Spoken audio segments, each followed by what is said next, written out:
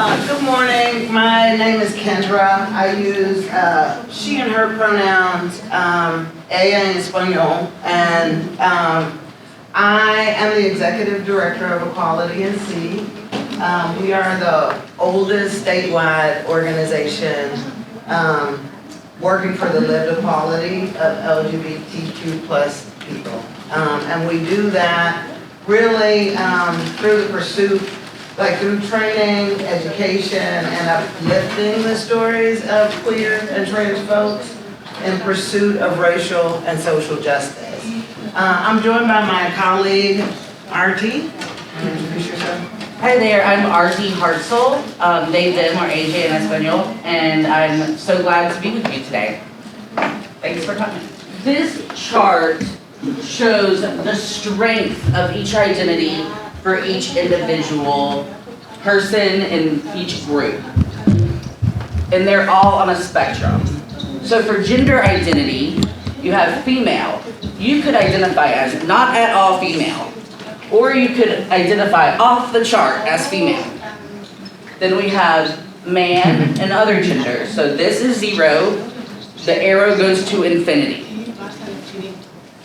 Gender expression, we have feminine, masculine, and other. Same idea. You start at 0 if you have no feminine quality. You reject femininity entirely. You would put yourself in this 0 box, and then it goes to infinity if you are super, what we call femme. Sex assigned at birth is usually set. That's not something that you can usually say, hey, I want to stretch this out somehow. It's on your birth certificate, it's a quick decision. The doctor looks at your body when you come out and is like, that is a boy. And they sometimes make weird jokes, and that person would check male. Sometimes intersex people are identified at birth, but a lot of times they are forced surgeries to make them female or male, and they learn later in life that they are actually intersex. Intersex just means that you have qualities, physical qualities, of males and females. We were talking about the binary. Biology is not a binary. There are no real binaries in nature. So when we talk about intersex, we actually are talking about the same percentage of people who have red hair in the United States. It is very common to have an intersex body and not even know it. And then we talk about physical attraction with women, men, other genders, others, men, women, and others. I don't like that. And then emotional attraction. So some people split this up. Maybe you really have like deep connections with people of a certain gender or a couple of genders. Or maybe you, maybe it's the same. You have the same physical level of attraction and emotional level of attraction with those genders. Another thing I want to add is that you don't just use one of these. You could say that you are halfway identifying with woman, but maybe a quarter of the way you identify with men. It's like a chemistry where you put things together until you get the perfect you. I'm going to show you what I did for the last time we presented this. And this is where I was feeling the night before. So you see I have slightly less woman, but neither man or woman are super strong for me, you know? But other gender, I'm like, yeah, put me in that other category. Gender expression, I'm more on the other side again, but masculine more than feminine. I was assigned female at birth. And then right here you can see my physical attraction is stronger to people of other genders, and then women and men. And you can see that my emotional attraction is off the charts for women and not at all with men.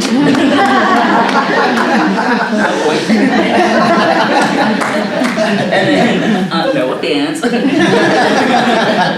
then other genders. And of course, we're talking about fluidity because not all men are the same. We We know. We don't want to put you all in a box. There are going to be different levels of each person.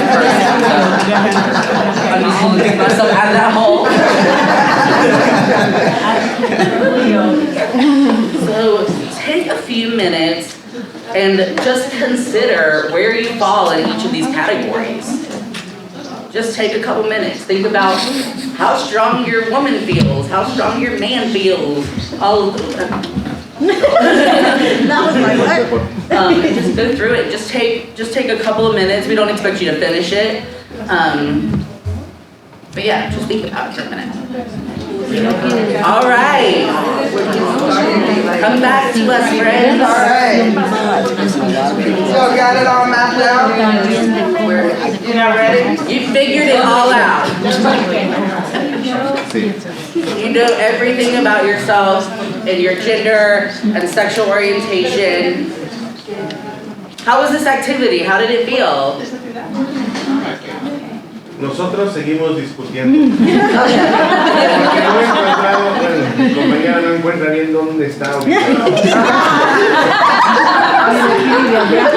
I said y'all looked like you were doing like group math work.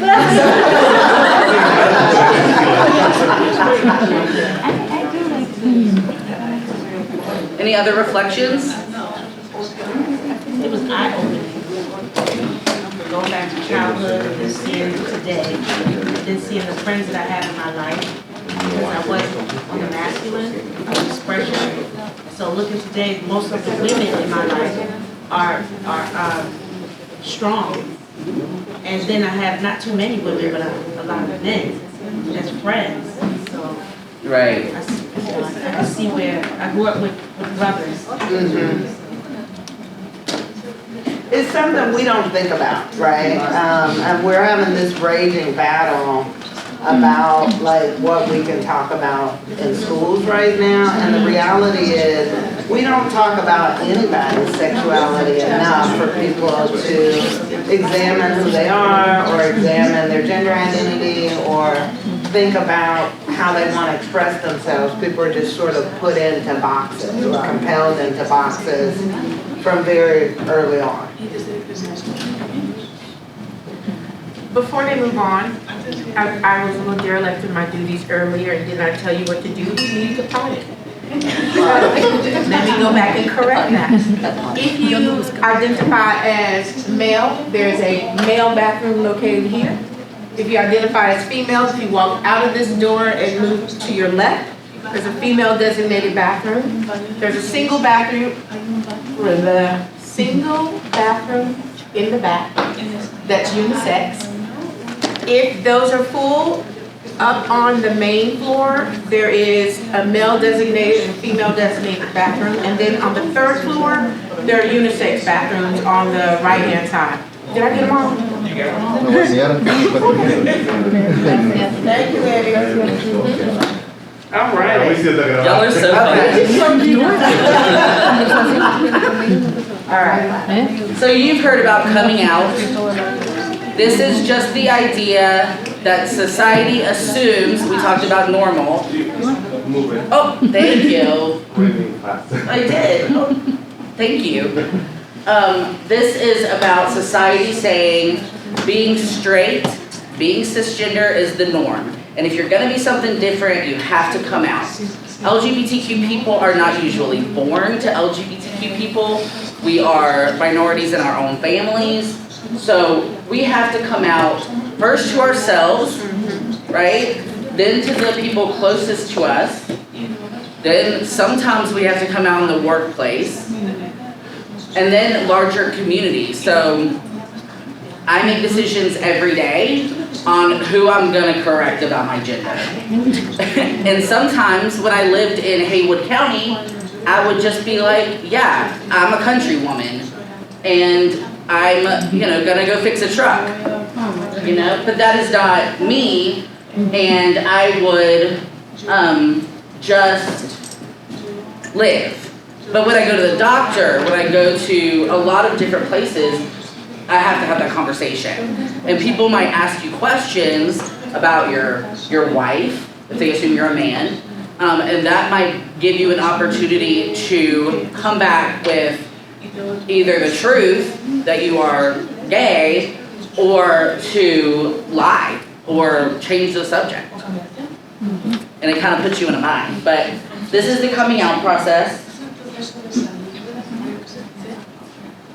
And then we talk about transition. So when people come out to themselves as transgender, there are different things they can do. The first thing a lot of people do, or most people do, is a social transition. This is coming out, maybe changing your name, the pronoun that you use. You may change your gender expression, right? You may start socially aligning with your gender. So putting yourself, like if I identified as a man, putting myself more in the men's groups of things, using men's restrooms. And then there's medical, where we're talking about hormone replacement therapies and surgical interventions. When we're talking about youth, it's really important to understand right now especially that we are talking about social transition by and large. A very, very small amount of youth actually pursue any medical transition, and those are usually just hormone blockers that give you a pause on your body so that you can kind of figure out who you are. You could go off of those and your puberty would go as it would without them. Can I just add something? Please. Yeah, so for most people who are trans or gender nonconforming, who have what they call dysphoria, where their body feels like it is in disalignment with the gender that they know that they are, when they go through puberty and they start to develop secondary quote-unquote sex characteristics, like you get a pronounced Adam apple, or you're hairier, or you develop breasts, that is usually when folks have some of the hardest time with feeling right inside of their body. And so the puberty blockers, which are a hot debate right now, just puts that on pause so that folks can get comfortable with themselves, and as they become adults, make a decision about whether they want to make any modification to their physical body or not. But it gives them an opportunity to live in alignment with who they know they are, and make those decisions when they're ready. Right now, you'll hear us talk about, there's a huge debate publicly. A lot of it is just frankly lies about gender transition procedures for kids. As Artie said, there are no surgical interventions that happen for most people under the age of 18, but they routinely force surgeries on intersex kids without their consent. And that is something that we should be talking more about, is people making a decision about how someone should identify, because perhaps their genitalia is ambiguous, and they're just taking away the agency of those kids to determine who they are. And in that same time, they are often sterilizing intersex kids, which, because when you change somebody's body, that's what you're doing a lot of the time.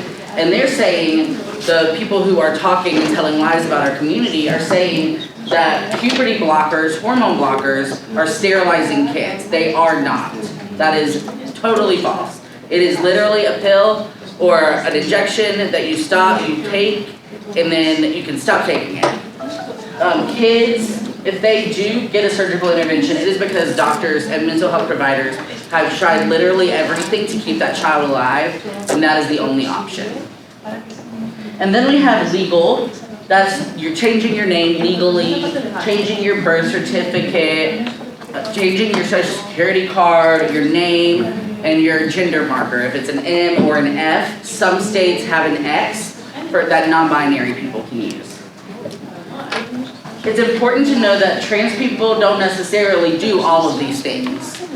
And it doesn't make them less trans, right? What makes you trans is not identifying with the gender you were assigned at birth.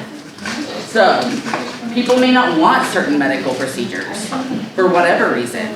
But also, a lot of this is super inaccessible. It's so expensive and legal. Like if you have any kind of ill connection to the state and don't want your thumbprint everywhere, that is something that comes up. When you change your name in a lot of places, you have to post a petition publicly in the courthouse for people to have the opportunity to say, I know that person and they shouldn't be allowed to change their name. So there's a lot of obstacles. Okay, so we want to talk about pronouns. Everyone uses them. I'll say that. A lot of times people in some sort of debate about recognizing LGBTQ folks are like, I don't believe in pronouns. And I'm like, part of the English language. You just said I. Yeah. So, you know, everyone uses pronouns, and pronouns are essentially, just to give you a little grammar lesson, are like words that are used to replace generally a proper noun, so that you're not just saying, in my particular case, Kendra went to the store, Kendra got Kendra's bag, Kendra picked up Kendra's groceries, Kendra drove Kendra's car home. You would use she or her in there to denote possession. And a lot of times when we're doing using pronouns, the biggest thing that folks have difficulty with is people who are non-binary who use they, them. And some sort of opposition to sort of recognizing that people should be able to identify as they identify. People say, well, isn't they plural?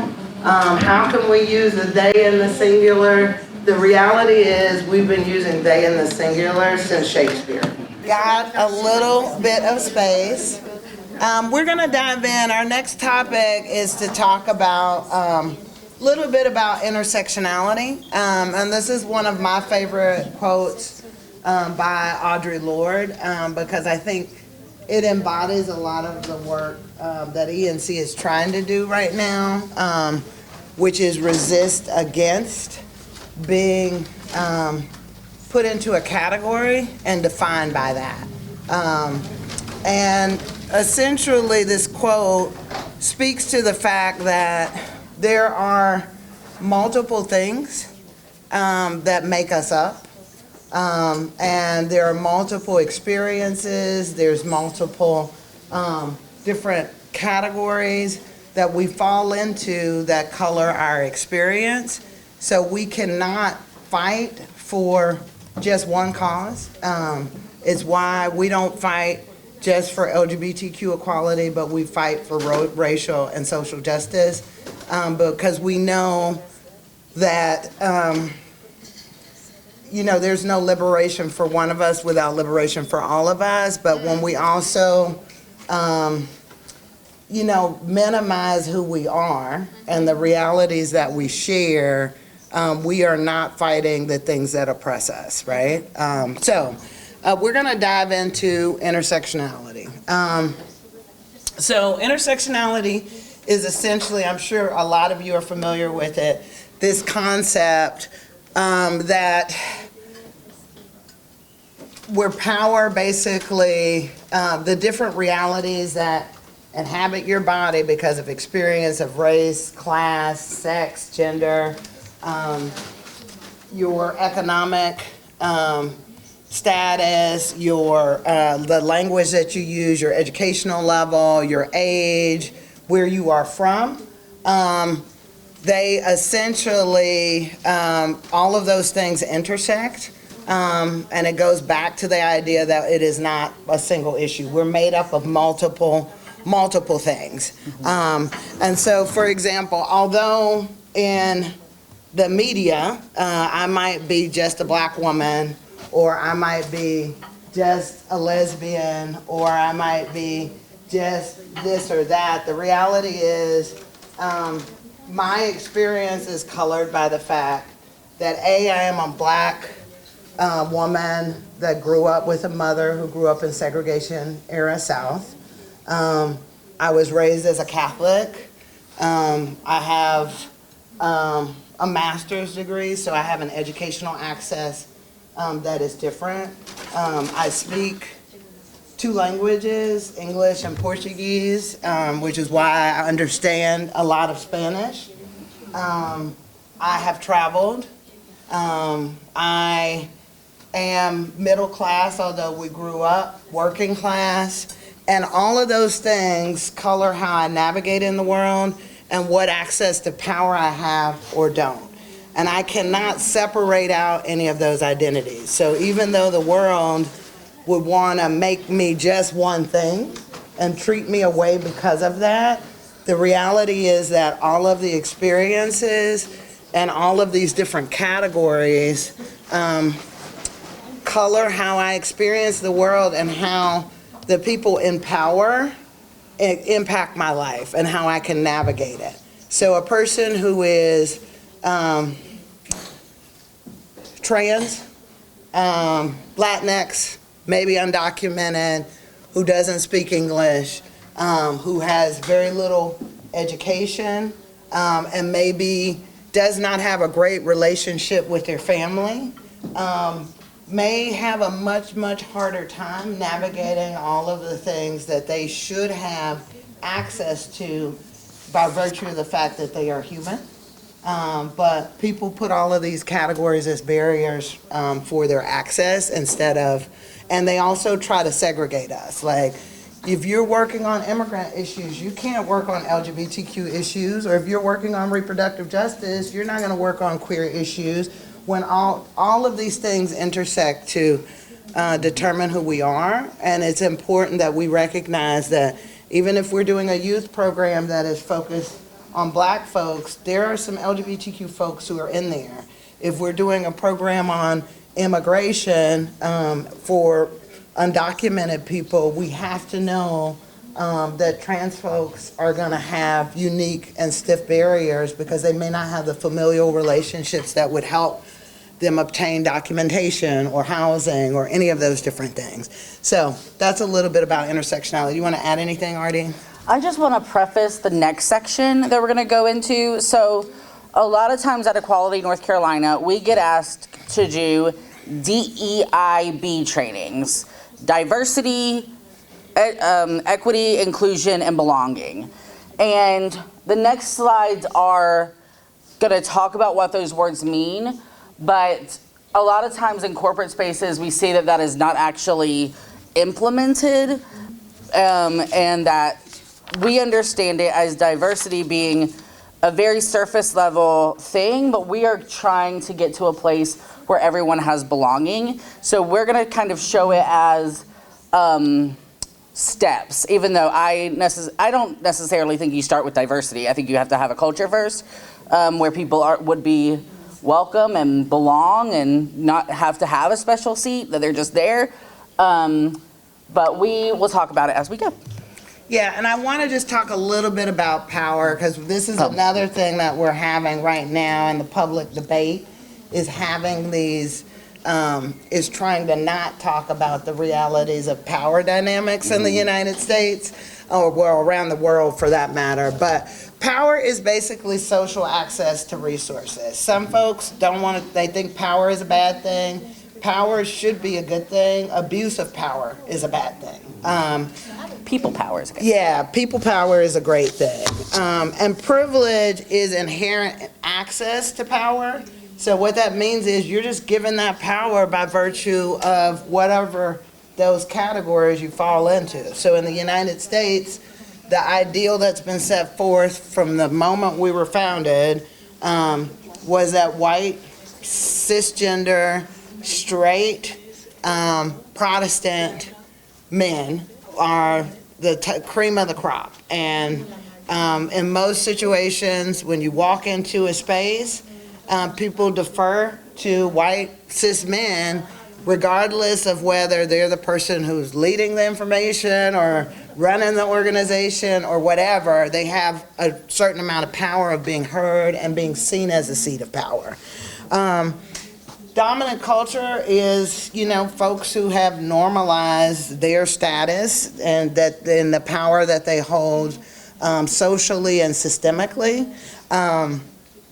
And they basically work consistently, dominant culture, to exclude other people to retain that power.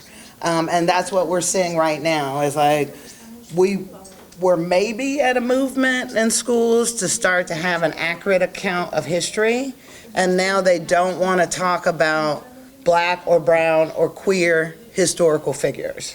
This is the debate, right? And they want to keep the culture, white culture, that is white-centric, that talks about the history of the victors and not the people frequently that have been oppressed. And I just went over intersectionality.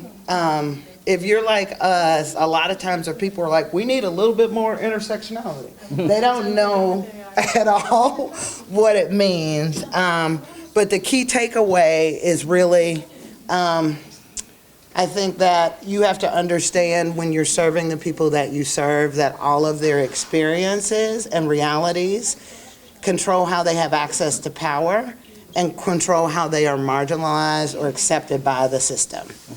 So that's what I would offer. One thing I would add to this is that dominant culture is often not written down, right? But in some ways it is, right? So take for instance, English is not the national language. There's no official language of the United States, right? But as y'all know, as you move through the world and in the country, there is an expectation that you will speak English, right?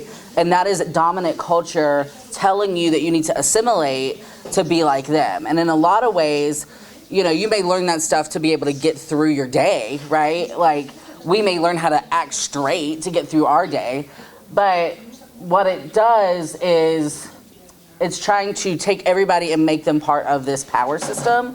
And losing your own culture in the process. And so you'll hear LGBTQ people talk about assimilation versus liberation, and the difference in our historical movements of who was doing this to be like white straight men with money, and who was doing this to see liberation of gender and sexuality. And those places often conflict in our movement.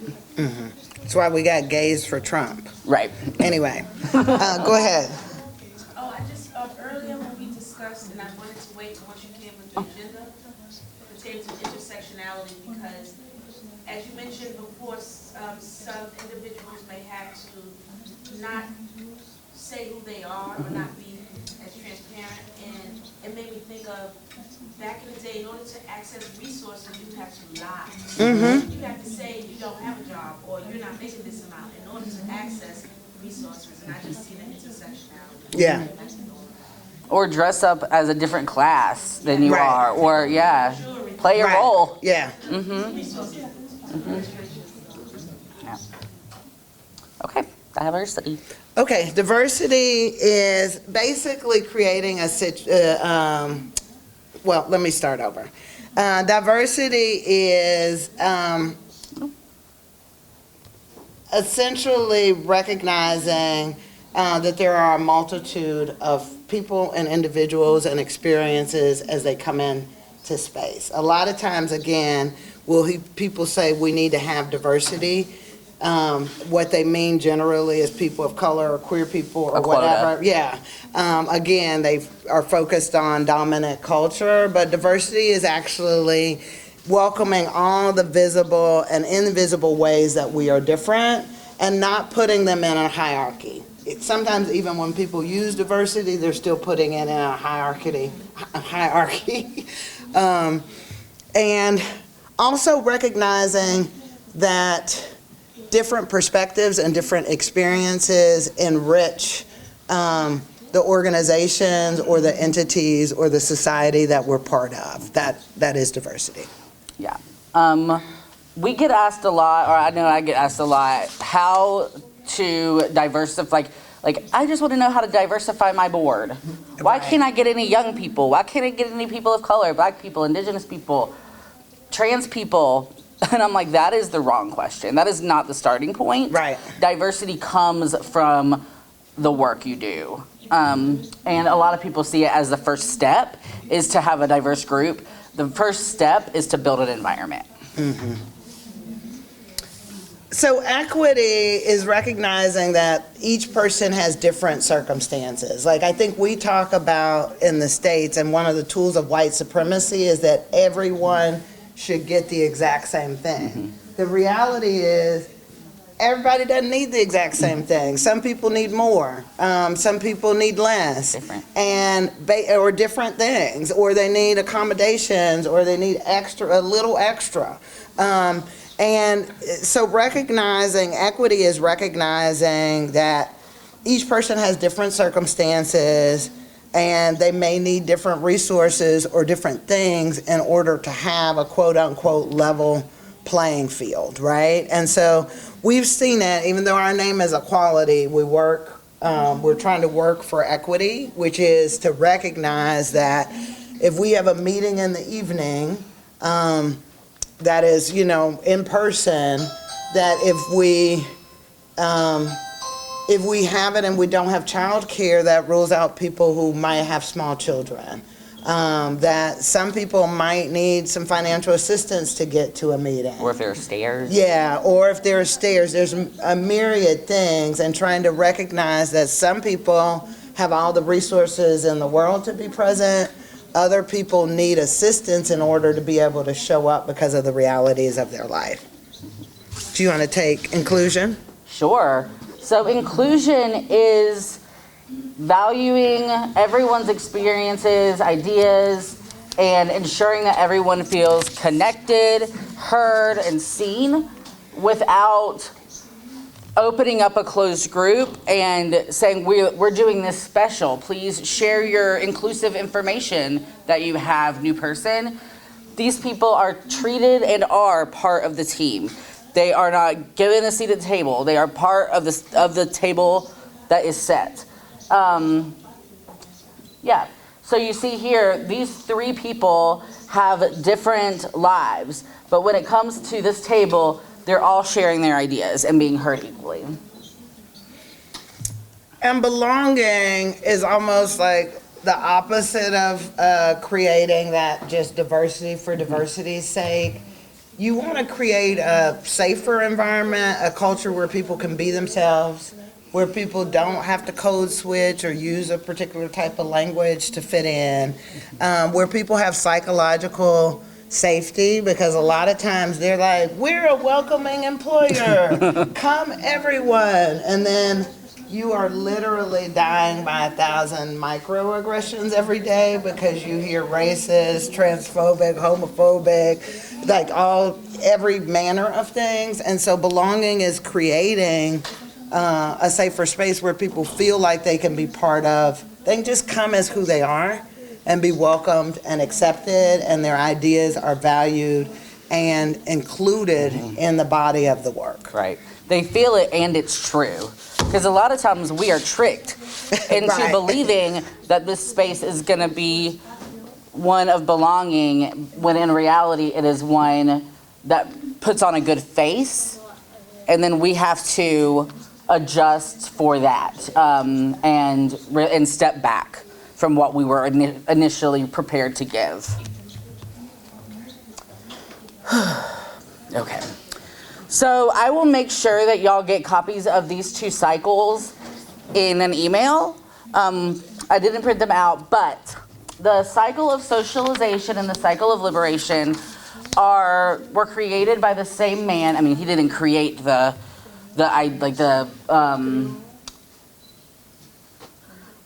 process. He just put it into a format. So the cycle of socialization is the cycle where you're born and you have no ideas, you have no thoughts, you are a fresh baby. And fresh baby is then raised by their parents, goes to childcare, watches Bluey or Coco Melon, and is exposed to different values or is exposed to just one set of values. And they are built up and socialized to present and be and exist in a certain way. So in our culture, that is white supremacy, right? So no matter what race you're born, or you are born into the system of white supremacy. Or for me, I was born into a system of, white supremacy and heteronormativity, right? The idea that straight people are normal and everyone else is weird. So those are ideas that we can internalize about ourselves, right? From the messages that we receive, that we are less than, because we are treated as less than, right? And so they may not tell you that directly, but those are the messages that you receive that create your eventual ideas about the world, right? Your media, your friends, your neighborhood, your church, your anything has your workplace. All of those things socialize you to be a person. And a lot of this happens very early in life, but it strengthens as you go. So you see a lot of people now who had one type of life, maybe they were not exposed to a lot of diversity, were raised without it being said that white people are better. But then it's like, oh, he was so nice. I don't know why he was at the January 6th insurrection. And it's like, that is the socialization. Because this nice person fit into his community. He fit into his socialization that he was expected to fit into. He didn't have to say, white people are better. He just had to be himself. And then when something changed, he was called to action and he went to action, right? So we are built up like machines to have beliefs and thoughts, and then when those are triggered, act on them. And then the cycle of liberation is unlearning that, recognizing that we have been trained to think certain ways, and interrupting those thoughts in ourselves and in other people, and continuing that forward. All of these are cycles. You have to always do it. Your first thought is not the thought, right? They're the thoughts that have been given to you. Your second and third thoughts are the ones that you are thinking about with intention, right? Your first thought, my first thought when I'm driving is a lot of things my dad used to say about other people who are driving. Racist, sexist, and I'm like, that's not me. Who is that? Get out of my head, Dad. I don't want you here, right? That's not me. So I have to always, not that I'm like, it's not hard anymore, right? But what I'm saying is that it is something that I have to be cognizant of, the fact that if I'm too exposed or if I am vulnerable, these messages are going to get into me, and I need to have a wall. So I am constantly working on unlearning different things, and making sure that the people around me are also in those processes, so that we can all be liberated together from what we've been socialized to believe. You got it? All right. Okay, so we're going to talk about some specific groups that are part of the LGBTQ community. We're not going to get into everybody because that's a lot of people, but we do want to highlight some specific communities that we thought y'all might engage with. Black and brown people are going to be woven throughout this entire thing. So that is not something that we are isolating, because, again, you cannot isolate this. We'll talk about rural LGBTQ experiences, and we'll talk about youth experiences. But it's also important to remember that, like I said, LGBTQ people exist in every community, and our experiences are different in each community and across the lifespan. Our childhoods, all the way to our elder years, and our death experiences are shaped partly by being LGBTQ, right? The way we are buried, the way we are treated, even in afterlife. Sometimes we cannot escape the fleshy people still doing the thing. So these are some of the people that we're going to talk about. And one thing that I want to just mention are some of the ways that we see intersectionality and the disparities that show up for folks who exist at multiple marginalized intersections, whether it's race, class. We have to talk about the difference between violence and safety.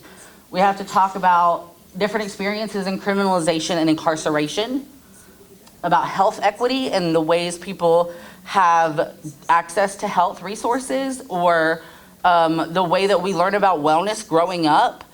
All of those things are impacted. Interpersonal violence, housing and homelessness, our relationships to substances, and our employment. Now, all of these things are not things that we are going to spend a lot of time on, but it's important to remember that a lot of these areas and more are areas that are impacted by our identities and the way that we show up in the world. I know this is a lot. I'm just going to talk, okay? So, in the 70s, there was a lesbian who wanted to think about the experiences of being a woman and gay. Of course, she's building off of a lot of Black womanist traditions as well, and she puts this research into place and calls it minority stress. The ways that we go about the world, and because of our marginalized identities, we are treated in different ways, and that builds stress on our systems, mentally and then physically. It can change our entire outcome in life. And later, a gay man did it and took all the credit for it. And so it's like just people taking credit from other people's work. But there are so many ways that minority stress shows up in our minds and bodies. So externally, discrimination, victimization, being forced into like assimilation, prejudice, and bias. Those are just some of the ways that minority stress gets through to a person, right? It's the avenue of how that gets to you. Internally, you have your own experiences. You may have internalized those messages. That adds a whole other level of stress. You may be trying to conceal your identity, right? You may be hiding parts of yourself. You may be anticipating discrimination, anticipating mistreatment, which can be very hard on people. Like especially growing up in a family where you are a minority in your family, a lot of times you'll see kids who are just in constant like angst because they don't know the answer, you know, and they don't know until they ask. And we have to be told, or like when I worked in youth care, a lot of it was like, first, safety. Like, we want you to be out and proud, but we have to talk about your safety first. What is your plan? And that is a whole level of stress for a 14-year-old.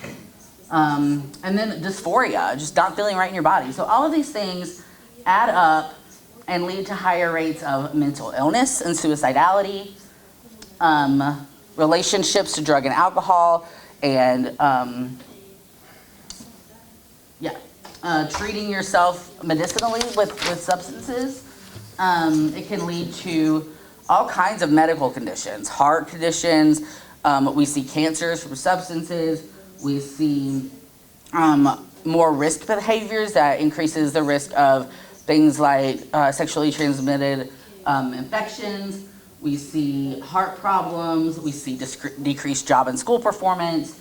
And all of those things lead to an economic outcome that might put somebody in an even more dangerous situation where they're taking more risks and continuing that cycle. We talk a lot about how if you're not showing up at your work and you get fired, or you get fired because you're just being discriminated against, and you can't find another job, which is the truth for, if we think especially about Black trans women, then a lot of times we see people turning to survival economies to survive and participating in risk behaviors without as much care because of a lot of things, because they have to make money, they have to live. And at some point, you just stop giving a crap about your life, right? Because everybody has told you that you are nothing. So you have to actually show up and do a lot of work by yourself and have resources to overcome this. And that is a mountain, y'all. And I know everybody in this room, every single person in this room has this, right?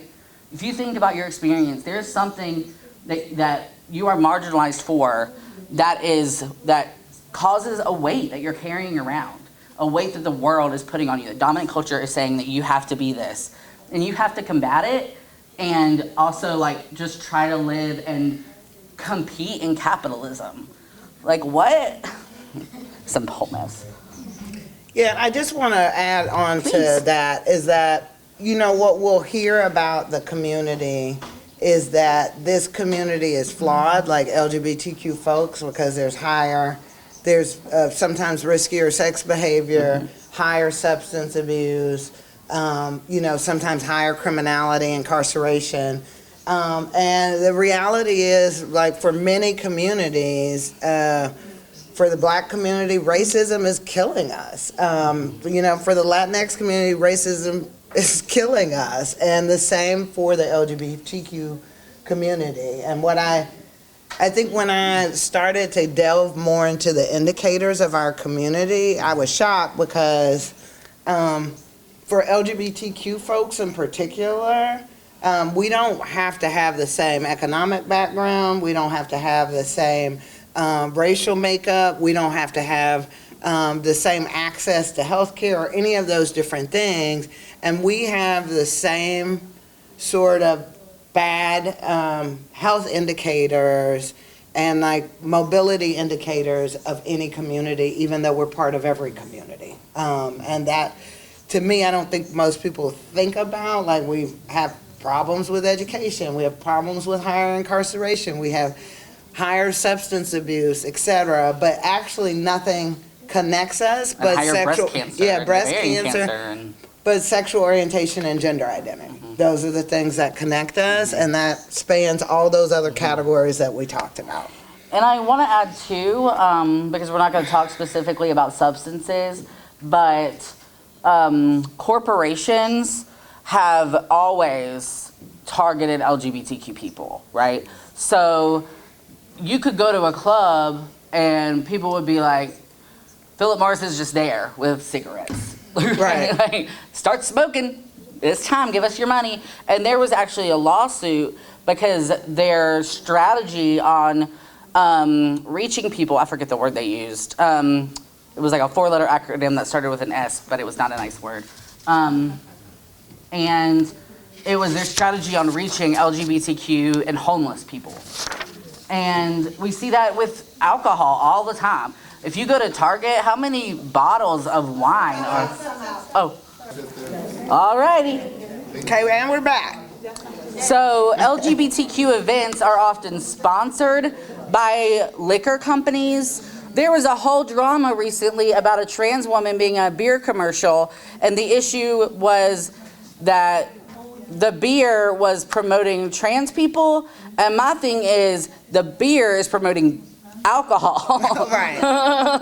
So not that that is inherently wrong, but our community is suffering, and we are being baited into more substance use. All right, so for us, like many of y'all in here, advocacy is not a luxury.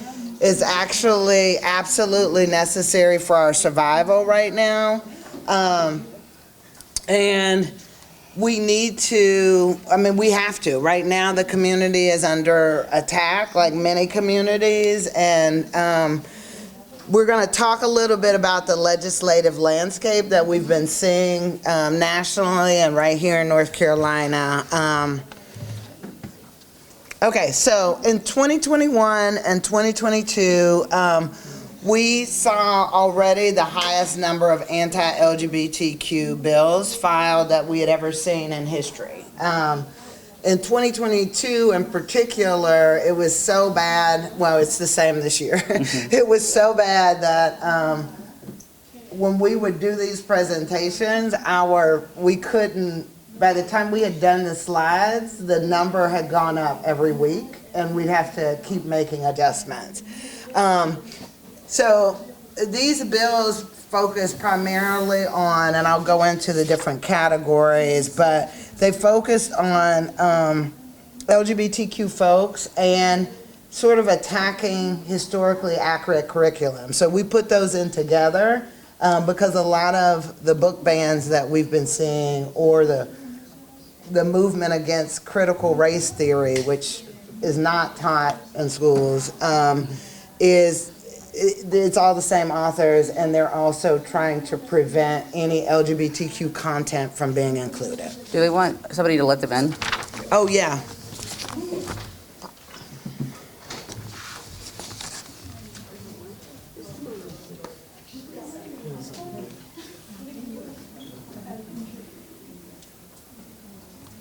Okay, cool. So this is actually what, just to illustrate this, we're now up to 700 this year, anti-LGBTQ bills. And we've never seen anything like that. So our previous records were in 2015, 100. And before then, about 41 anti-LGBTQ bills. So we've been seeing those numbers increase dramatically over the last few years. So the main types of bills that we have seen have really focused on trying to ban gender-affirming care for trans youth and young adults. And as we talked about, the claims that they're making is that there have been surgeries, on minors, which is not the case. And so they're trying to do an outright ban. Many states across the United States have passed these bans. I'm originally from Arkansas, and one of the bans there went into effect. And already one of the doctors said within 3 or 4 months that they had maybe 6 or 7 suicide attempts among their patients, because gender-affirming care is such life-saving care for kids who are struggling to feel good in their bodies. Another one that we have seen here in North Carolina, and this is the one that has the top number of passages around the country, is trying to prohibit trans youth from participating in sports. We currently have a bill that would go all the way up to the collegiate level. We have 2 actually, and they are, it has not yet been passed, but we're still in the midst of fighting against that bill. And generally when they roll these bills out, they want to talk about an unfair advantage, which is something that actually does not exist. If you have kids like I do, some kids are athletic and good, and some kids are not. Mine were not. They were not. There's nothing wrong with them. I watched countless bad cross-country races, and it wouldn't have mattered, if there was a trans kid in there. My kids were just bad. That's just the reality. And it's, and we all know that sports also contribute so much to kids learning, how to rely on a team member or developing confidence. I think my girls in particular, they're now, thank God, 23 and 25. Thank you, Jesus, they're out of college. For them, they learned that they could do something they didn't know that they could do. And by just putting out a ban, when there are associations that actually look on a case-by-case basis to determine if there is any advantage, they're ruling out kids. They're creating barriers to what every kid should have access to. This is an oldie but a goodie, prohibiting transgender people from accessing facilities. We had the big debate, HB2. And then these are also ones that we've seen consistently come back again and again, which is trying to say that based on your deeply held religious belief, you can't serve someone, which is preposterous. It's already been, it should have been decided at the Supreme Court, because if, as a kid of someone who grew up in segregation era, they used the same arguments to not serve black people. It wasn't just skin color. They believed that it was against their religion. They didn't believe in commingling of races. And this was decided by the Supreme Court, but now they're trying to use it for LGBTQ issues as well. And then, of course, we all know about the raging debate that we're having on limiting teaching on race, gender, and any sort of equity in classrooms. Yeah. One thing I want to add is that this is based on a tradition of scapegoating where you blame a community for your ill will, or where there are problems. There are problems in the society, and instead of dealing with the problems, like the fact that people don't have food, they are like, trans people are the enemy and have done everything to you. And it's about redirecting the anger from the system to a marginalized population. And people are really struggling and really angry, so that propaganda works. It takes their socialization, it adds their unhappiness, their struggles that are very real, and then points it at vulnerable kids. Right. And, it's hard because a lot of us are struggling. We can empathize with that, but we have to always remind people that this is being done to these advocates. There are national organizations drafting this legislation, telling people what the propaganda they're going to use is, and then sending it down to the states. And then they take this group of people and they make them into a machine to roll out that attack. Also, just want to add that we also are seeing things in schools and communities like book bans. Whole committees are being created in counties across the state to review books. And we saw recently that one mom who got a book ban said that she was asked if she had read it, and she said, "I'm not really a reader, but don't make everybody else not a reader." Then we also are seeing things from governor administrations. So like Texas governor tried to say that if you have a kid or a minor who is getting gender affirming care of any kind, you are going to get a CPS investigation. Yeah, they sent out Child Protective Services. Yeah. There are stories of like trans Child Protective Services workers who went into these homes because they thought if they were there, they could mitigate the harm, but the system was going to do the thing that it was going to do.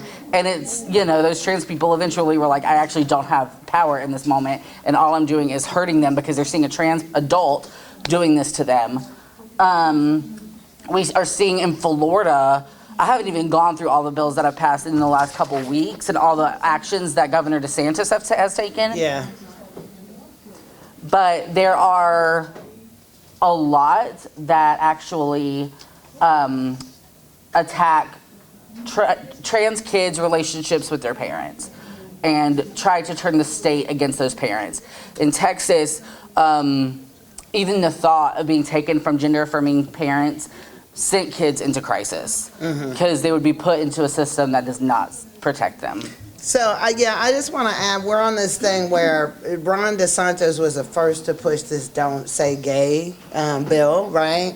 I mean, it's also an oldie but a goodie. They used to have the no promo homo laws back in the early 90s. And we'll get into that, yeah. Yeah, we'll get into that. But on the one hand, they're calling these bills parental rights bills, but then they are targeting affirming parents. And they are alleging that there is any inclusion of LGBTQ people at school when most of the time, most of us looking around this room don't get any history about any of our population. I never learned about anybody who was openly gay in school.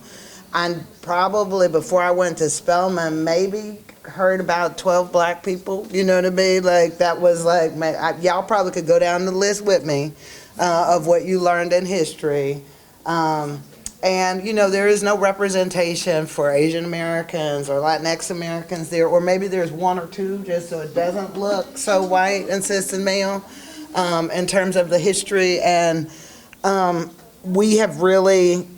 we're in a moment where there is a lot of political manipulation around these things, and there are attempts to pit communities against each other, and it is orchestrated, and it is very and there's a lot of money behind it. In the last electoral cycle, Stephen Miller, who is the author of the Border policy. the border policy that separated parents from their kids at the border, spent about $55 million to send out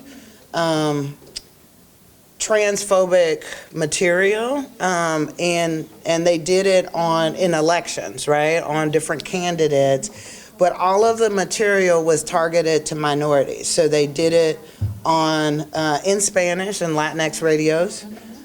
They did it in Black sort of gospel radios. They sent out mailers, and in the Triangle, they sent it to Asian Americans to say that Black and brown people were taking Asian American people's jobs, and this was a test for next year. They also put out things saying that Sherry Beasley was a child mutilator, and they sent it to targeted communities. And so what you need to know is that this is a targeted effort to divide us that will continue. And I believe they tested it in interim. And when we get to general elections, we're going to see all manner of horrific things that are designed to pit Black, brown, trans, and GNC folks against each other. Yeah, and I'll even add that they are separating the good gays from the queer and That trans part. people. Yeah, So there are gay people right now who are repeating lies they've been told about their own history. right. They are being told Gays against groomers. that trans people are new, that drag queens are a threat, things that they should know better. Like, all of this is historical. We've been around forever. But it takes that insecurity and it puts propaganda in it, and it also gives them access to power. They think, okay, if I turn my back on the rest of my community, the power system will let me in. The problem is that's not how it works. They turn everybody against one community, and when they're done with that community, they go to the next community. Right. So, but speaking to the choir here, as Tzedek people, we all know this, that we have to stick together. I mean, but we don't know. Yeah, Right. true, Actually, because we belong to Tzedek, doesn't mean that we are. true. Yeah, Tzedek values, I should say. So these are the three bills that are still out there. They hit us hard and fast this session, moving very uncharacteristically, when we're now in a wait and see to see where they're going to move the things. Of all the bills that we are likely to see pass into law this year, it is going to be the ban on trans youth in athletics, which is going to be devastating because it's going to create a lot of confusion for youth. The saving grace is that there are right now, I think, 16 trans youth that we know that are playing on teams that match their gender identity. And there are folks who are working already, myself included, to sue once it's passed, essentially. There are plaintiffs that there will be harm. But right now it's a small population, and even though they sort of focused on trans girls, there's only one trans girl that we know that's playing in the whole state. So out of that 16 that we have, it's one trans girl. And while it is a saving grace because it's a small population, it's also terrifying that our state legislature is going after one girl. Yeah, Talk about bullying. yeah. I have a question, and not that this would actually fix anything at all, I'm just curious if this is something that people are talking about doing. Are they talking about creating, like, a trans team, for lack of a better word? No? There are some leagues that I think different spaces, and I've seen it in different states where they've created that.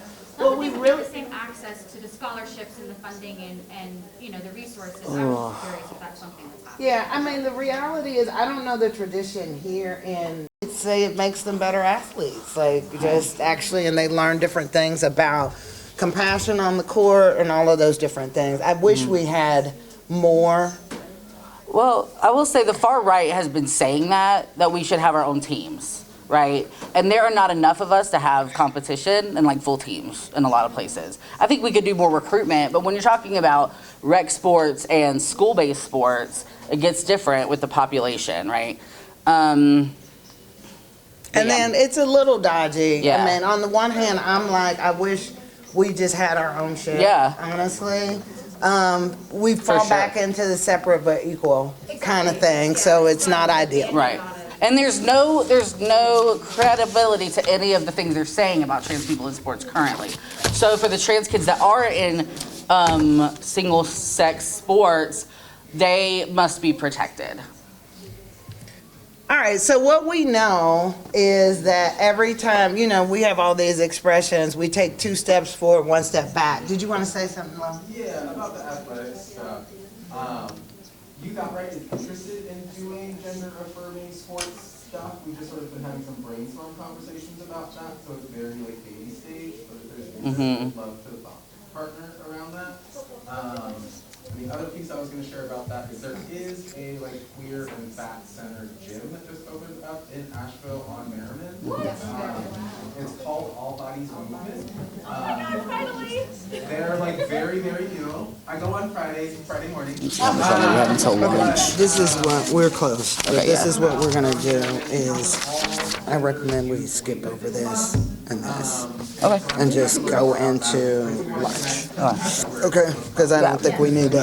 So I also want to add, that's also in the tradition of summer camps. So like summer camps are very sex divided, mostly because of fear of cohabitation. And we get a lot of church groups asking about their youth trips, actually. Like, what are they supposed to do? They want to protect their trans kids. They want to protect all their kids.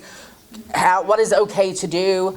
And so, like, LGBTQ people have created their own camps. And not just to protect the straight people. It's to have a camp with their own culture and their own people. So. Yes. What's really at play here is belongingness. Because when you're in community with each other, like that's humanizing. So in sports, the distraction is like, oh, it's unfair. You're not going to get your scholarship because one trans person beat this other cis woman in swimming. But what's really at stake here is like, what do you get from playing on a team, right? But like that's your team. You Right. join and you guys are a team.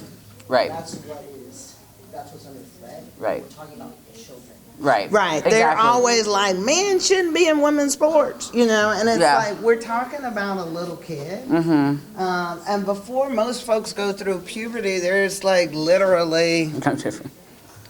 I mean, I'm like, we're talking about 8-year-olds here. We're not 9-year-olds, and y'all are trying to equate this with an elite athlete, Well, even in collegiate and Olympic sports, even with Leah Thomas, the swimmer, Riley Gaines is a person who is going around to every state legislature and saying that she lost her opportunity because she lost to Leah Thomas. Because she tied. But what happened was she tied for 5th, and they gave Leah a trophy and not Riley. But Riley is being used as the example.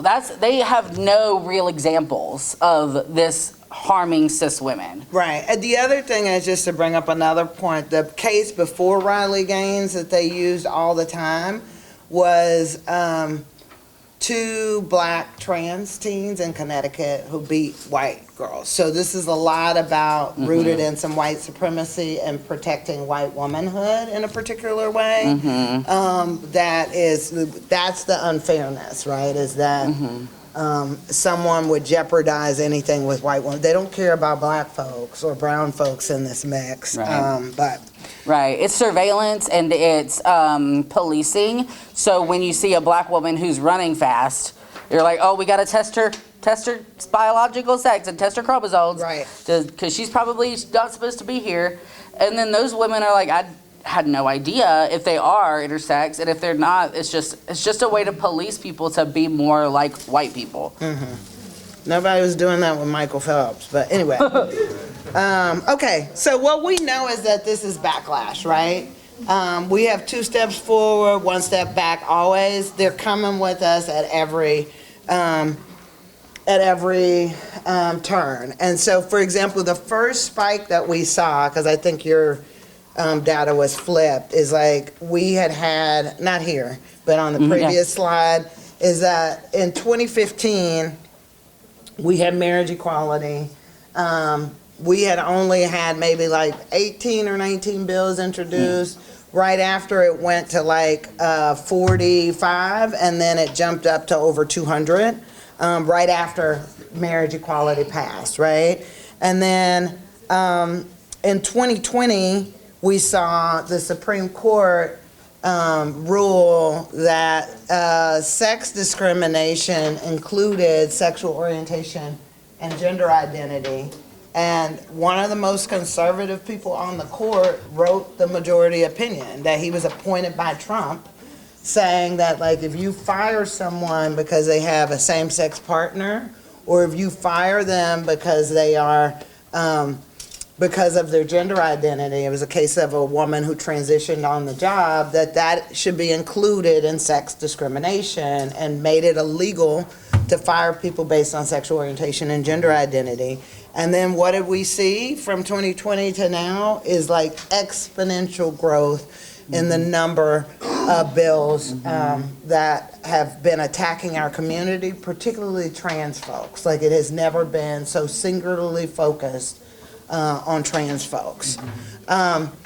Similarly, if you look at what we're facing with quote unquote CRT, 2020 was also the year of the uprising. So on the one hand, after George Floyd, you would turn on your TV and it was like, oh, sorry. CRT. Critical race theory. So on the one hand, you like after George Floyd with the uprisings, you turn on your TV and it's like Amazon says that Amazon Prime says that Black Lives Matter.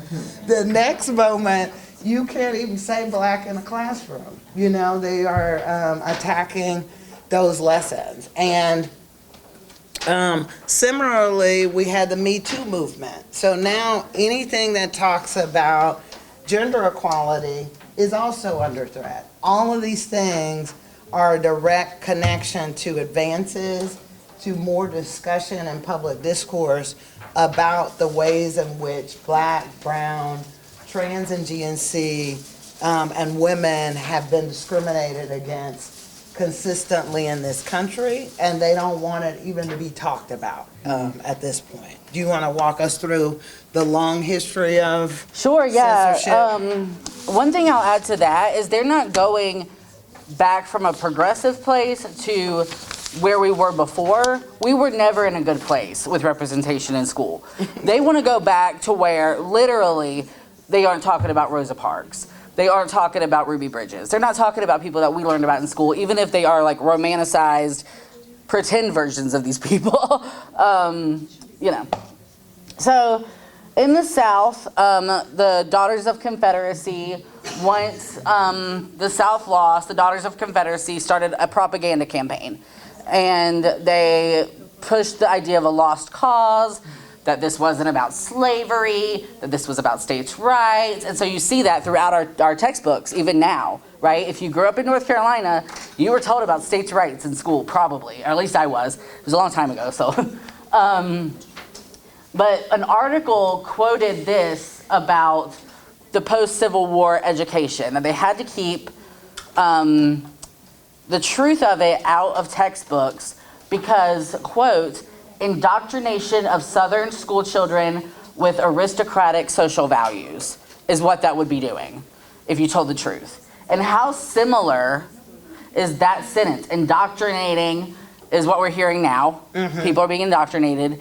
And to me, aristocratic social values is the liberal elite. Yeah, anti-woke. Right, anti-woke. Exactly. All of those things mean the same thing. They're saying this is for the fancy people and the rich people who don't know about life as a white Southerner. And so they can't represent us in the textbooks. Right. And then in response to HIV and AIDS efforts in the 80s, where people were dying and trying to get the Reagan administration to do literally anything, the education system limited all LGBTQ topics, and that's where we started seeing the no promo homo laws. which is now it's the Don't Say Gay Yeah, bills. yeah. Okay? Yeah, I can zoom through it. Okay. And we'll go to lunch. Okay, so what we're fighting for, because we still have remnants of HB2, the bathroom bill on the books that does not allow cities to regulate their own restrooms and create gender-neutral facilities like we have here. We're looking for comprehensive non-discrimination protections because of our work with partners around the state. We now have 23 non-discrimination ordinances, but we'd like to get it statewide. Asheville and Buncombe County do have one of those ordinances. We're also, believe it or not, you can still kill somebody and be like, I didn't know they were gay or trans, and that's my defense. I just didn't know. I was shocked. I was shocked.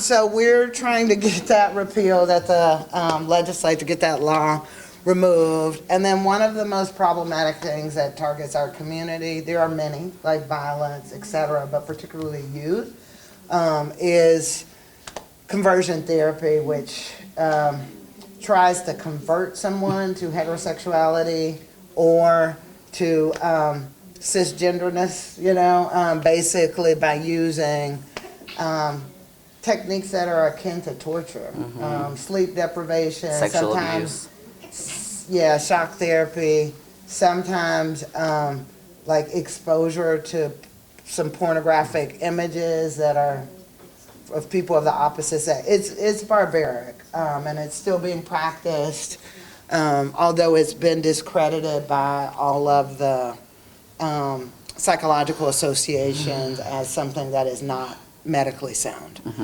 So that's part of our 4 agenda. We also work for Medicaid expansion, ban the box, et cetera, but these are the 4 that we hold specifically for the LGBTQ community. And these are limited to bills that have been filed this year. Yeah. So that's what this list is. This is not a comprehensive list of equality and sees LGBTQ issues. Yeah. This is bills that we helped get filed this year. And I want to say also, like, conversion therapy, everybody's, like, that's what the culture is trying to do now. It's just Convert us all to... Yeah. Yeah, and because of that, because of the work of many people actually in this room and alongside Equality and C, we started out 2021 with no protections anywhere for LGBTQ folks or natural hairstyles, and now 23% of the state's population has protection. And again, it was intersectional. We wanted to include elements of the Crown Act. It includes race, gender, sexual orientation, religious status, et cetera, et cetera. It's a multitude of categories that are now protected in cities for folks who might not have federal protections with their employer, because federal protections apply to companies that are 15 and over, and now it's from 0 to 15 for people who fall into some of those categories. So, yay, we made it to lunch. We can all smell it. What? Yeah, so 23% of North Carolinians are covered, but a third have protections at all. But I also want to say about conversion therapy, I meant to say this before, the governor does have an executive order that says any agency that receives state funding cannot participate in conversion therapy. But obviously that's not every organization. It is also not super easy to monitor, right? So take that with a grain of salt. Okay, lunchtime.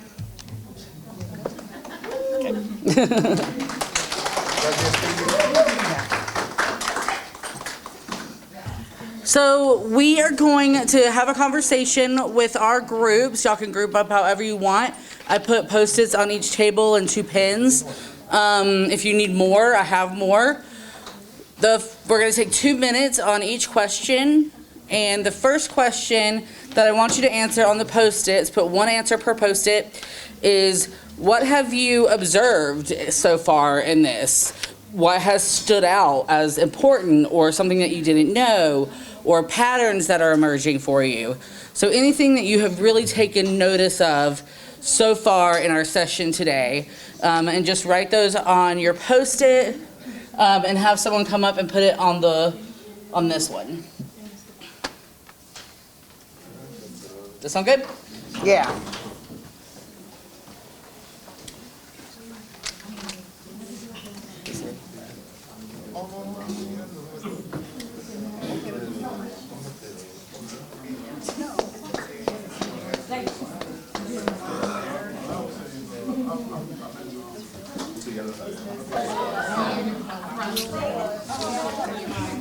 All righty, folks.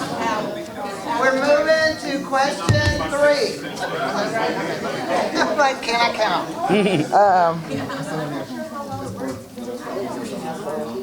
Okay, so the first one was, what did you observe about our landscape? The second, so what, and now what? What will you do to, like, with the knowledge that you learned? Oh, not Buckingham County. About how to create safer environments and what's happening politically. How are you gonna implement that, and how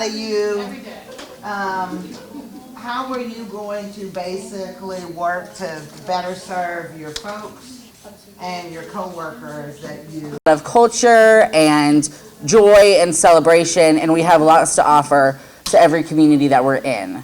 Right. And we deal with some real stuff. Exciting. Yeah. It's in the name. Jesse. Yes. Yo solamente quiero agradecer porque estos espacios nos abren la oportunidad a nosotros que somos la voz callada, la voz oprimida, la voz que no tenemos voz. Entonces, al saber que ustedes nos apoyan, al saber que ustedes están al frente con nosotros, creo que nos dan el valor para seguir adelante y llevar a nuestras comunidades a esa fuerza que no tenemos, porque solos nos oprimimos por los miedos, pero si sabemos que tenemos una comunidad que nos está apoyando también, creo que a lo mejor no vamos a estar al frente en una protesta, porque nos da miedo protestar, pero podemos hacer otras cosas que somos tan ingeniosos a lo mejor en mostrar nuestro poder. Entonces, gracias por estos espacios. Thank you. Thank you. And that reminds me, as we go through, if anyone needs us to slow down or has questions about words or concepts or anything, please, you can yell at us. You can gesture wildly. However is best. We are not offended. We want to make sure that we are being as clear as possible. And nothing is, like Kendra said earlier, nothing is a stupid question. We're all learning about each other all the time. Do you want to do this one? No. Okay. My name is on Try not it. to choose violence every day. Go ahead. My name is on this, so I have to do it. Okay, so we are in what the American Medical Association has called an epidemic of violence against the trans community. We know that trans people are more than 2.5 times more likely to experience violence. Between January 2017 and October 2022, 221 trans people were murdered in the U.S., making us the third deadliest country for trans people. And despite Black people only making up a known 13% of the trans community, Black trans women make up nearly 75% or 3/4 of all known victims. And every time I read that, I go, yeah. Do you want to add anything? Yeah, I mean, I just think we talked about those layers, right, of identities and how things get worse and worse for people when we have multiple intersecting marginalized identities, and this is one of the big indications. The other thing is, when these bills come out, just like, for example, during COVID, there was a lot of blame of China, right? There was all this anti-Asian American violence that happened nationwide. Similarly, we're in the news, they're attacking kids, they're demonizing us, the murders go up. You all know it, for folks who do this work, that anytime there are these conversations and we become the target, the violence against us just trying to survive, happens. Another thing to add is that these are numbers of known trans people. So Right. this is people who, that like a lot of people may not have been out totally as trans, so they get mislabeled as drag performers or just like usually feminine men. They also, a lot of trans people get misgendered after death Yeah. or untransitioned. Their parents or whoever is surviving buries them with their old name and then their old gender. Their obituaries erase their personhood. So these are numbers that we know. Yes. This might be a stretch, but we're the third delis. Do we know who the first two are? I think the first is gonna be Brazil. There were two. Yeah, and the Well, Brazil- I think second, Brazil was two, but I don't remember what the first. I don't know what the second was. I know Brazil is the leading, hands down, for trans death. And this is not just in other states either. Charlotte was the second deadliest city for trans women, trans people in 2021. Yeah. Okay, Okay, go ahead. you can do it. All right, so, I mean, here's a fun fact. We don't actually talk about southern rural people, but the reality is the vast majority of queer folks live in the South. And even though we are often fleeing, because we want to be in a place where we are not, attacked for our identities, if we just have one that is marginalized. We, in the South, it's where we have the highest number of LGBTQ plus folks, is where we have the highest number of people who are LGBTQ plus who are raising kids. And, what do you want to add? I guess I had a question. How many of you serve people in the South in your organizations? Yeah. How many people serve folks in rural communities in the South or here? Just rural communities, period. Okay. So we also know that a third of the LGBTQ population lives in the Southeast. We also know 55% of the Black population in the United States lives in the Southeast. Despite this, the South continues to be under-resourced and underfunded. Does anyone have any ideas of why that is? Why aren't the resources coming to here? Tell us. You don't want to tell us? Okay. I refuse to get on this box today.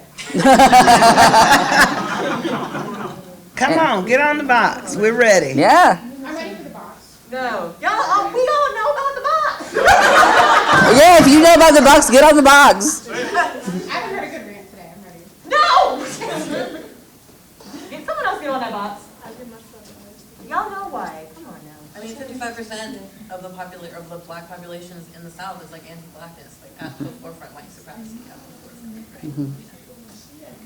It wasn't a trick question. No. I was like, just put words to it.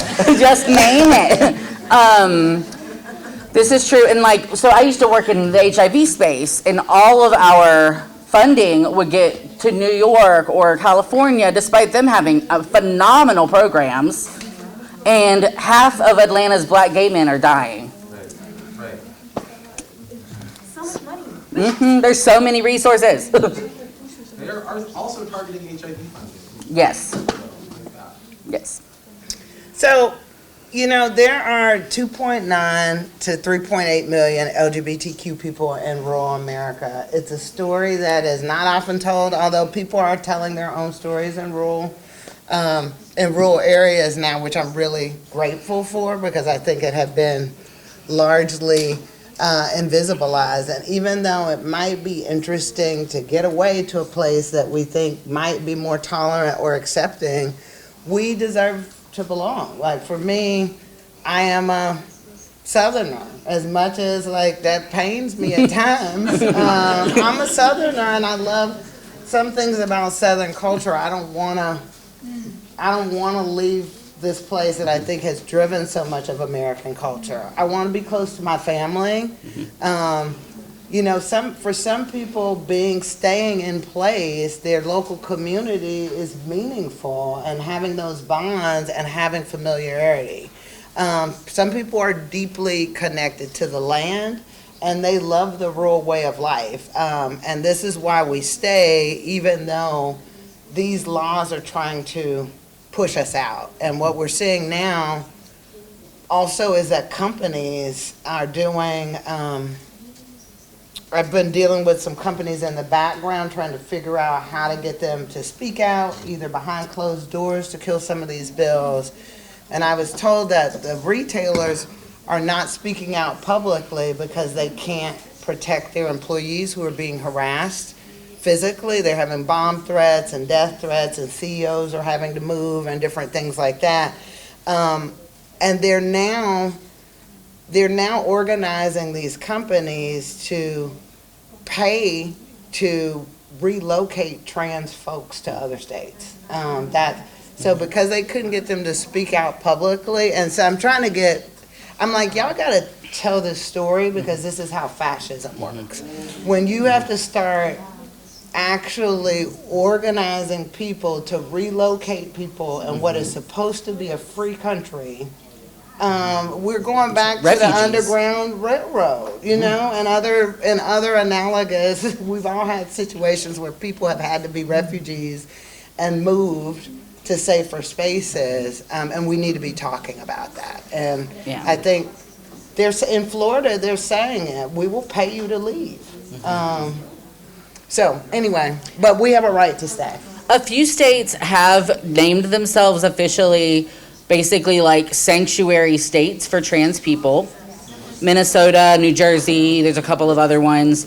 And organizations like the ones in this room are preparing for the influx of trans people and how to provide services to people who had to leave in order to keep their care or to just not be harassed for being alive. Do you offer any resources if you support some people that belong to that community? But then there you have that other challenge where, you know, they're immigrant, they don't speak English, and it's hard to support somebody when there's no resources, and they're trying to move them to New York, and like, so I don't know if you have any resources. There's actually a Latina trans woman in Western North Carolina who actually is providing some connections to folks. She left, I'm trying to remember what city, it wasn't Asheville, to go to California in order to like escape a little bit and also have access to gender affirming care, and just recently came back. I'll look up her name and share some resources, and she's worked in the immigrant justice space as well. It might be a great resource for folks around here. Yes?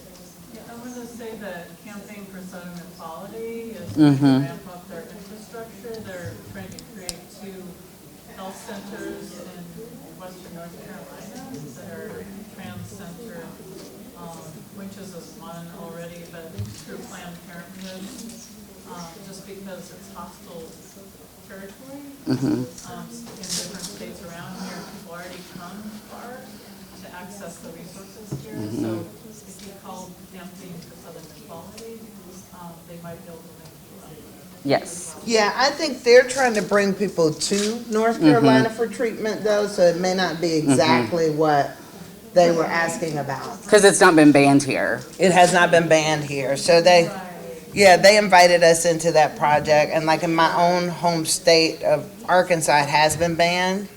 So they're trying to create like a network of doctors that will see patients and have some of that funded, and for them to pay for the transportation for the families to be able to continue to get that health care. Yeah, and I've seen parents say that they, moved to North Carolina to get away from these states, but obviously those bills are here now. So, and I guess, as someone who lived in Western North Carolina, I understand the feelings about Florida. and the housing and all the things. I lived in rural Western North Carolina, so it was very expensive. But there are also a lot of things that need to happen for people who need to get out of Florida. But we will talk about the right to remain as well. And like we heard, rural areas are not white. They're not just white. Yeah, so Black, Indigenous, and people of color, like there's a huge population of these folks in rural areas, and BIPOC LGBTQ people can have some unique challenges. You know, when you're in smaller towns and rural areas, everybody knows your business. So you are, you know, you could be more visible if you're outed, as we said. Like, it can cause you to lose your job. Like, you can use your family, your faith, your community. So for a lot of people in rural spaces who are BIPOC, navigating, you know, there are fewer alternatives for jobs, there are less supportive infrastructure, and folks have to really navigate spaces where they can sort of be out and have the support that they need in order to survive and thrive. So this is just one of the experiences that people, based on place, may have some challenges. Right, and if they lose one support system, like their family of origin's home, there's not necessarily a shelter or somewhere they can go. And then in this area, you definitely know the struggle of rural housing, and there is a lot to this. Of course, we have a lower inventory of housing in rural areas. Now in Asheville, we're seeing a lot more multifamily complexes pop up, but we're also seeing more and more hotels. Incomes in rural areas tend to be lower, despite the cost of living sometimes being higher. We see housing discrimination amongst LGBTQ people. There is no law protecting LGBT people against discrimination in housing. All of those have come down from the presidential administration. We assume that the Supreme Court ruling about employment will be widely applied, but it was a narrow ruling. So every single thing we are fighting for in non-discrimination will have to be won. And then there is higher instance of homelessness and discrimination in shelters for LGBTQ people. We know that LGBTQ youth are more than double likely to experience homelessness than non-LGBTQ youth, and we know that rural areas have fewer shelter options. I lived in Haywood County, and they tried to have a shelter, and a lot of the people who were not from Haywood County said, the only people who support this are people who aren't from here. This is not the Appalachian way of life, and they're busing in homeless people from Asheville. And I was like, do you hear yourself? But they want that white, idealistic retirement community where they don't want to see tents, they don't want to see homeless people, and if there's a shelter, they believe that there will be a gathering of homeless people that they have to look at. And those are some attitudes that we have to address in some of our communities that have become big, like tourist and retiree communities as well.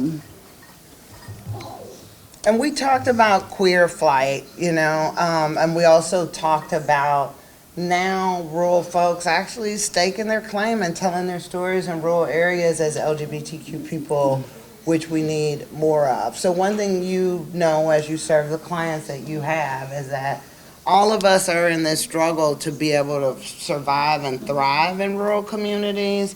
And, you know, it's incumbent upon you all to be as welcoming as possible to understand the challenges that people face as they navigate housing, faith spaces, support in schools, economic mobility, immigration.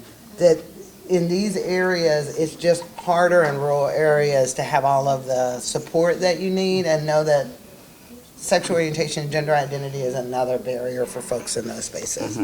Yeah, up until at least the early 2000s, it was expected that if you were LGBT, you would leave your home in rural areas of the South and go to San Francisco to the Castro, which nobody can live there anymore. Or New York City, or, you know, sometimes Chicago, in places that have LGBTQ neighborhoods. But we, and a lot of young people, one, don't have the resources to do that anymore. They want to stay in rural areas, and they're fighting for the right to remain. Mm-hmm. Do you want to do this? No, go ahead. Okay. We're going to talk a little bit about youth. So we know that youth have been in crisis for a long time, LGBTQ youth, at the hands of discrimination. So last year, 45% of LGBTQ youth seriously considered a suicide attempt, and nearly 1 in 5 trans and non-binary youth attempted suicide. And we know that LGBTQ youth of color actually report higher rates as well. If they feel supported by their family, they are less than half the rate of suicide attempts and considerations. But fewer than 1 in 3 trans and non-binary youth find their homes to be gender affirming. And we also know that there is an issue with youth being able to access mental health resources because there's a lot of gatekeeping for youth. So 60% of LGBTQ youth who wanted mental health care in the past year were not able to get it. And we have providers who work with LGBTQ youth in the room as well. And we know that LGBTQ youth have significant experiences in school. 86% have been harassed or assaulted. They miss school. They have lower GPAs and lower self-esteem due to discrimination. 84% of trans students have said they felt unsafe at school. And 2 in 5 LGBTQ students of color were bullied or harassed based on their race or ethnicity. And all of this terrible legislation makes that much, much worse. I can't imagine going to school hearing groomer yelled at me. Right, yeah. So we want to talk specifically about the disparities of mental health for Black LGBTQ youth. Overall, 45% of LGBTQ youth seriously considered suicide. We said that. Nearly 1 in 5 trans youth attempted suicide, and again, it's higher for Black trans and Black LGBTQ youth. So the teal line is Black lesbian, gay, bisexual, queer youth, and the dark line is Black trans and non-binary youth. 60% of Black cis youth LGB youth have 60% of anxiety. 60% of them have anxiety. It goes up to 75% for Black LGBTQ youth. Depression, again, we're talking nearly 50% and 70%. Seriously considered suicide, 37% and almost 60%. And then attempted suicide, we have 12% and 25%.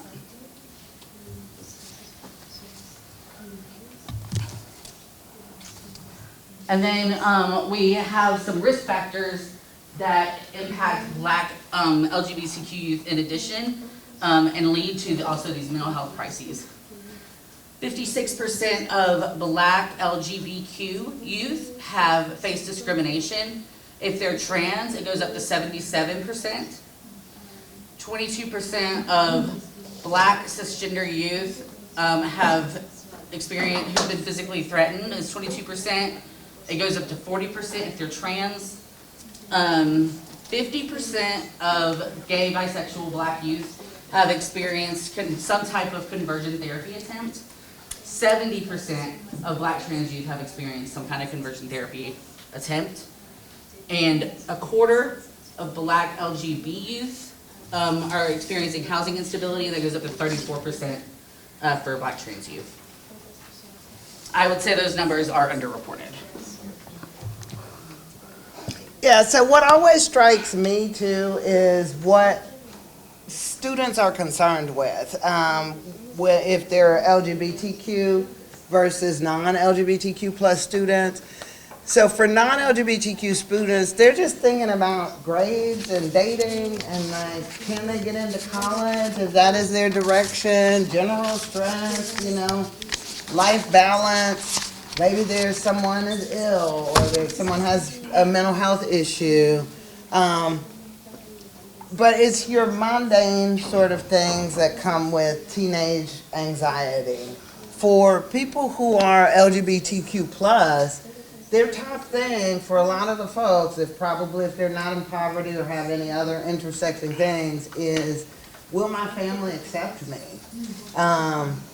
Or they're being bullied at school. And so this is how we see minority stress start to play out over and over again, that instead of just like worrying about your pimples and classes and like drama in your friend group, you're worried about, will people love and accept me? And am I going to be able to, am I going to be able to be out? You know, am I going to be able to, will I ever have a partner? You know, things of that nature. And this is what this moment is doing to our youth when they put this laser focus on these things.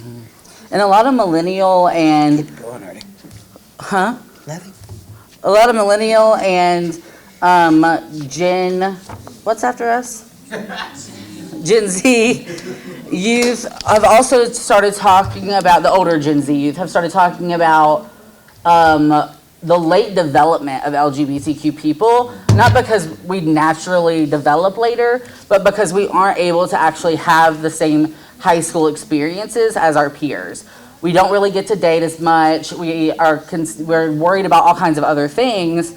So once we have a little bit more freedom, or we get to kind of explore who we are, we're way behind the ball. Yeah, so, I mean, the other thing, we've talked about this, but depending on whatever is introduced, it puts people's emotions, their stability, et cetera, on the chopping block. And what people are deeply concerned with these issues, particularly trans and non-binary youth, this shoots up to their top concern. And with attacks coming on every level, you can't play sports. You cannot talk about who you are in this space. You cannot use the restroom that aligns with your gender identity. You might be taken from your parents. You might be taken from your parents. These are things that just get reinforced again. That's super complicated. So we also know that LGBTQ youth and adults experience higher rates of dating and interpersonal violence. There are a lot of things that can cause this. A lot of it is lack of access to resources, mental health, stress. We're not excusing it. We're saying there are a lot of things, and a lot of people don't have anywhere to go from those relationships. So, straight men, we're talking about 35% of heterosexual women and 29% of heterosexual men have experienced sexual or physical assault or stalking. But when we're talking about the LGBT community, we are seeing 61% of bisexual women. Bisexual women a lot of times have the higher indicators in almost every category. 3.8% of lesbian women, and that's, of course, underreported. 29% of gay men, 37.3% of bisexual men. One thing that I want to add is that North Carolina became the last state to give domestic violence protection orders to LGBTQ people. And that came in June 2021 through a court order. It still has not been passed into law. Bisexual victims are more likely to experience sexual violence. Transgender victims are more likely to experience interpersonal violence in public. And Black LGBTQ victims are more likely to experience physical violence, period. Okay. So at Equality NC, we have a program where we work with mostly trans women who are incarcerated who reach out to us and need legal support. We try to partner them with legal support and advocate. But we know that there are horrible experiences happening in our prisons, and laws are not being followed, of course. But we also have a general disparity of LGBTQ people who are incarcerated. Lesbian and bisexual women in prison and jail, they make up 30% of the population. And in general population, they make up 8%. Whereas gay and bisexual men in prison and jail is 5% of the population, and in general population, 7%. 1 out of every 5 trans women, 16% of all trans people, and nearly half of all black trans people have experienced incarceration at some point in their life. So think about the impact on your community when half of your community has been incarcerated. Nope. Sorry.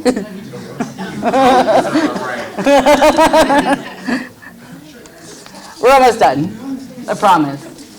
So we talked about this earlier, about how to be inclusive, and it really comes down to don't make assumptions, don't be too invasive, try to seek out your own education. There are organizations around who will help you. Interrupt harmful situations.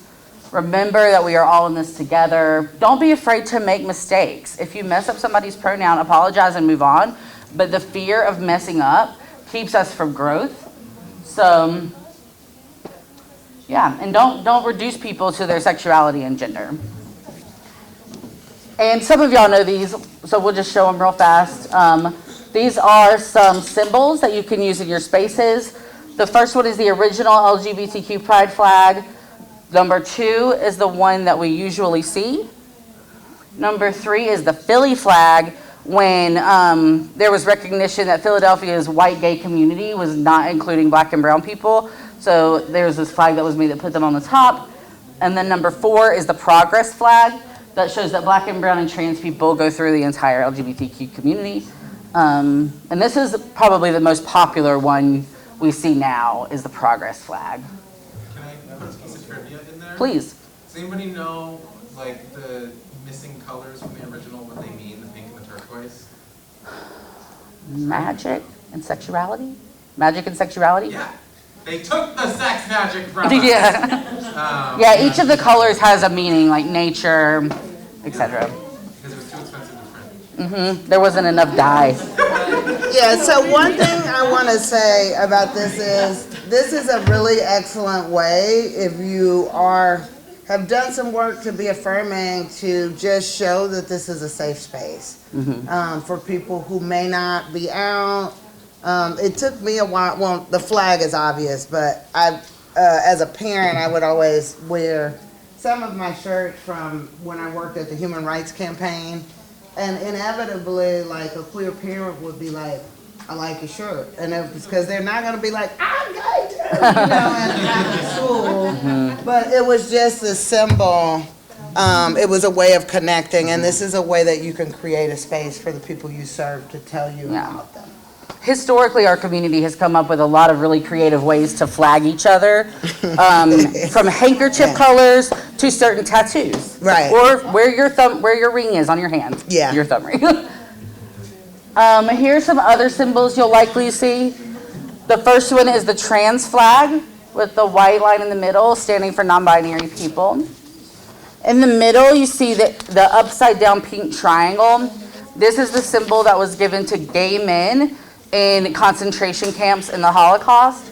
Lesbians, travelers, and some other folks got a black upside down triangle to say that they were kind of the discard.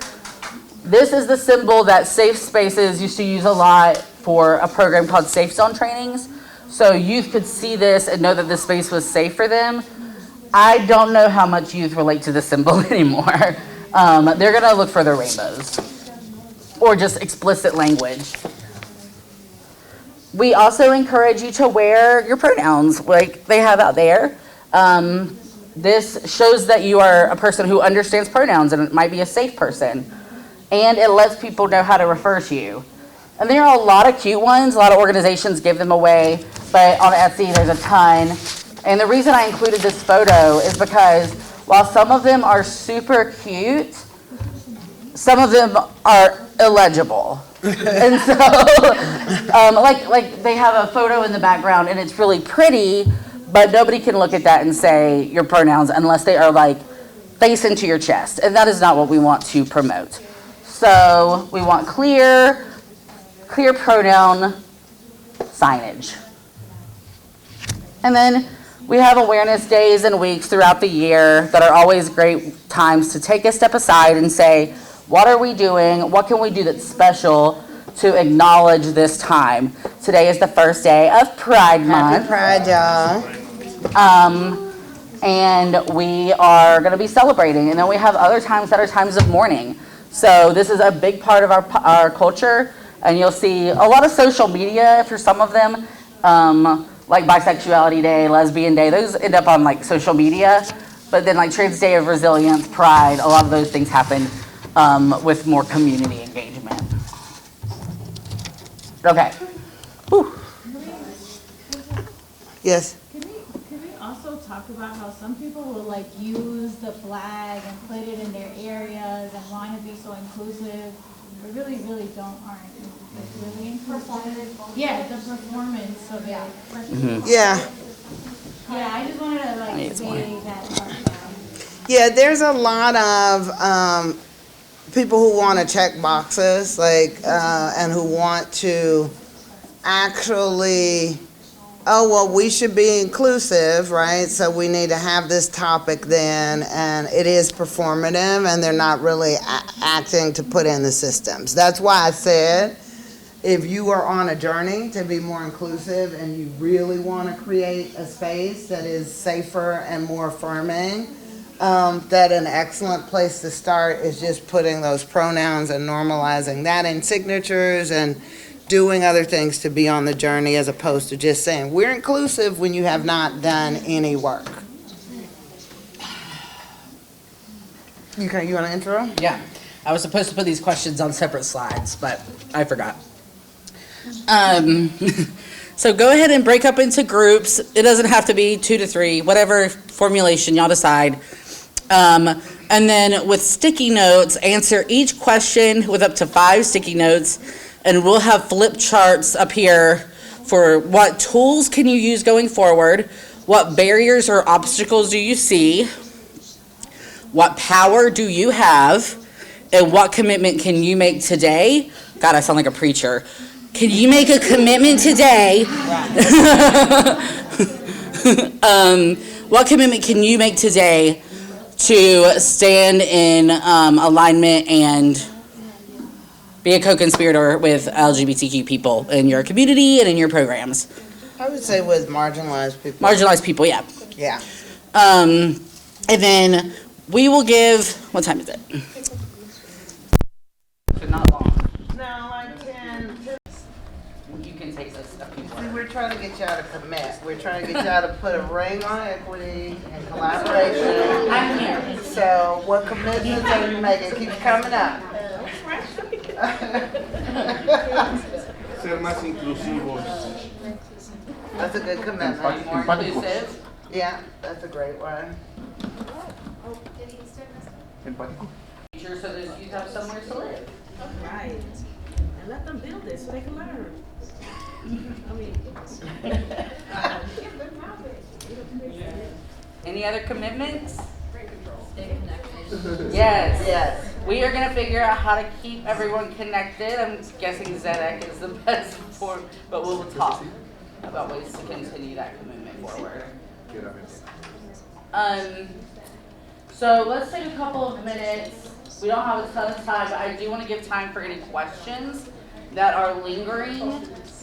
You'll have our information so that you can reach out to us, and we're always available for you. But if you have any questions now, we're open to take it. Alrighty.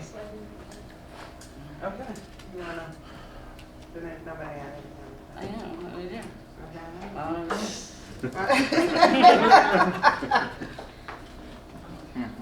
All right, so just a huge thank you for being here and being engaged. Y'all were a really fun group, Yes. really fun. Like sometimes, yeah, sometimes people are just not engaged. They're not taking the questions seriously. It's like they've been forced to be here. We had a lot of fun with y'all. We hope that we shared some information that was useful. We know that people come at different levels, so we trying to have a lot of content for a lot of different people and a lot of different learning and collaboration. But we're really grateful that you spent the day with us and we had the opportunity to be here in Asheville. And do you want to say anything else? Thank you and good night.